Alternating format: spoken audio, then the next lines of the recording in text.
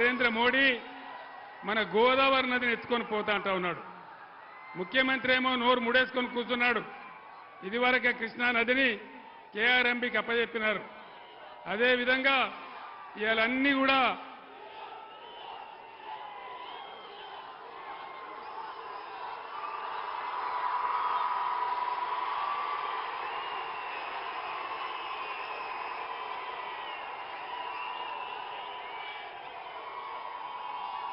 నాకు టైం లేదు. నేను 8:55 నిమిషాలకు ఉపన్యాసం బంద్ చేయాలా? ఈసీ నా మీద నిషేధం పెట్టింది. మీరు ఒక 10 నిమిషాలు దయచేసి నినాదం ఆపాల. నా ప్రాణం ఉన్నంత వరకు తెలంగాణకు అన్యాయం జరగనివ్వను, ఎట్టి పరిస్థితుల్లో జరగనివ్వనని చెప్పి నేను మీకు హామీ ఇస్తా ఉన్నా. ఎన్నికల కమిషన్ నిషేధం ఉండడం వల్ల నేను ఎక్కువ మాట్లాడలేకపోతా ఉన్నా.